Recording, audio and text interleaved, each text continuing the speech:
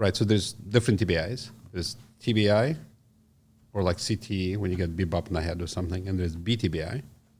I only learned about that since I had a little BTBI myself. Yeah. So Jason Brown, so he had pretty severe TBI. He was knocked out over an hour twice in Iraq. So we were able to get functional MRI, which is like an advanced brain scan, and we were able to demonstrate that his hippocampus, which is memory, was actually improved after the block. So we've seen it in a number of people, especially with SOF, because there is so much BTBI and TBI there, that the cognition was improved. So recently, there was a paper, not by me, by other people, showing that it does help TBI function.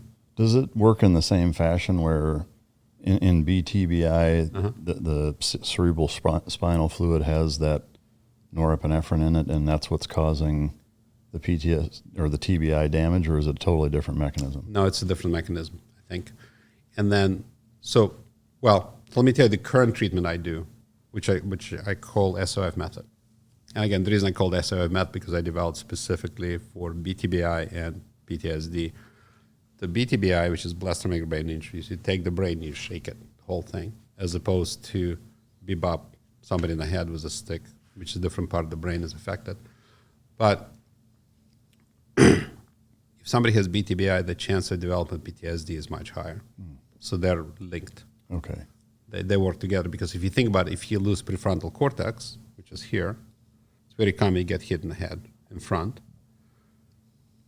PFC, prefrontal cortex, suppresses the amygdala. Amygdala is where PTSD lives. So if you have a suppression that's going away, so the controller goes away, then amygdala can go crazy, which is a bad thing. So what we found is that if you combine ketamine, so when I have we've treated about 30 first-year operators from Canada so far. So they come in, we do ketamine Monday, ketamine Tuesday, ketamine Wednesday, then we do right-sided SGB, or what I usually call now DSR, which is with 2-level, we can talk about that. And then the next day we do left-sided, and we do ketamine one more time. So what ketamine does, it does some good things and not so good things. You probably heard of ketamine. Oh, yeah. People using it. Yeah, I mean, they use it a lot in veterinarian applications. Right, of course. So the ketamine makes, it can repair nerve injury, it makes nerves grow. But it also causes some bad things. It activates NGF, and you have the fight and flight nerves grow. So some people can go a little cuckoo from ketamine. And it also activates something called BAX gene. So that gene produces a protein that actually chews up hippocampus. Hippocampus is what you need for memory. Hippocampus, turns out, suppresses the amygdala. So that's not good. Yeah. So Stellate reduces the sympathetic growth, and it also reduces the BAX gene. So there is synergy between those two. Okay, so combining the two, the stellate block minimizes the negative impacts of the ketamine. Correct, but you still have the good stuff. Yeah, but you take away the negative stuff. Yeah. Okay.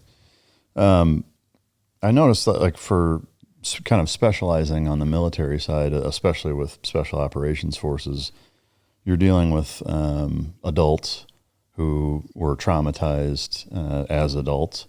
And I know, if I remember correctly, you mentioned the length, from the time that you were injured, that the PTS is from, the longer that takes place, kind of the more set in it is, correct? No. Not necessarily? The other part, I disagree with you as far as SOF people are not traumatized as adults. What do you mean? Well, sorry. No, let me tell you what I'm saying by that. Okay. And I have a very specific reason I say that. All right. So if you talk to most SOF people, most of them had really terrible childhoods. They came through crazy stuff, or they wouldn't be able to make SOF cut. I guess is the PTSD that they're experiencing, is it a combination of childhood trauma and this? So I guess my question is let's remove the military equation. Let's say children who went through traumatic experience, whether it was physical abuse, emotional abuse, sexual abuse, maybe a combination of the three. And now they're in their 30s, 40s, what have you, and still experiencing a lot of trouble with those things. Would this have a similarly impactful outcome with that amount of time taking place from the traumatic experiences taking place? Short answer is yes, but there's a little caveat to that. So we took care of a guy who was involved in Ted's offensive. He was 18 years old. So he had shrapnel go through his head, and he got knocked out. Horrible. So I met him when he was 72. Oh, wow. So I did the block on him. He comes out crying like a baby for half an hour. I was like, I broke this guy. Yeah. So he comes down. I said, what's going on? Why are you crying? He said, I have not felt an emotion in 50 years. Wow. So, in fact, 2 years later, I can show you that footage. We had a fundraiser in New York City. He talked about how it changed his life. His kids came by and told him, thank you for bringing my father back. The length of trauma doesn't matter. Okay. I mean, that's the point I'm making. Yeah. And as far as childhood trauma in SOF, I think makes him more likely to develop PTSD compared to people who did not, who had a normal childhood. Yeah. Whatever normal is. But in terms of, it happening when you're a child, because the brain is not developed the way it is at 30, right? It's still just as effective. Yeah. It seems to work across the board. It doesn't matter. In fact, I wrote a paper on that. Okay. So we looked at 22 different types of trauma: military trauma, sexual abuse trauma, whatever. It works across all of that. And you don't see a disparity between sexual, physical, military, like the incidence of efficacy isn't higher in one? It's a little bit higher in military personnel. Okay. Efficacy seems to be a little bit higher. Do you have a percentage that you could put on those three, say sexual, physical, and military? You mean outcome? Yeah. Oh, it seems to work across the board. Yeah. What the way we define success, let's talk about definition of success. So PCL, PTSD checklist, is a classic definition. So in order to have significant successful outcome for whatever the intervention, it has to be 10 units. So average number of outcome in the military, the drop is 28 points.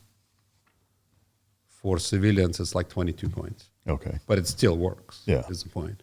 In terms of length of efficacy, do you notice a difference between any of the categories? Or is there an average of how long it lasts?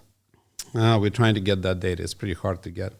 A lot of times in the military, it seems to work longer because a lot of times in the military, it's a cohesive group of people. And their mindset's different. Mindset is different. And also, just a little improvement, and they're fine. Yeah. It's like rub some dirt in it, and I'm moving on. Yeah, walk it off. Yeah, walk it off. It's like, hold on, your leg is pointing the wrong way. I don't care. Yeah. Moving along. Yeah. Yeah, that's fascinating. The procedure itself, now you're using ultrasound, so you can pinpoint it exactly. It takes 30 minutes, is that? No. It takes me 5 minutes to do it. 5 minutes, yeah. Yeah. Is it painful for most people? I don't feel it. Yeah. You've had it done? I've got it done, but no, I was asleep for that. Gotcha. I'm just joking. Yeah. Whatever people, is it going to hurt? That's going to, as an injectionist, I'm not going to feel it. I'm good.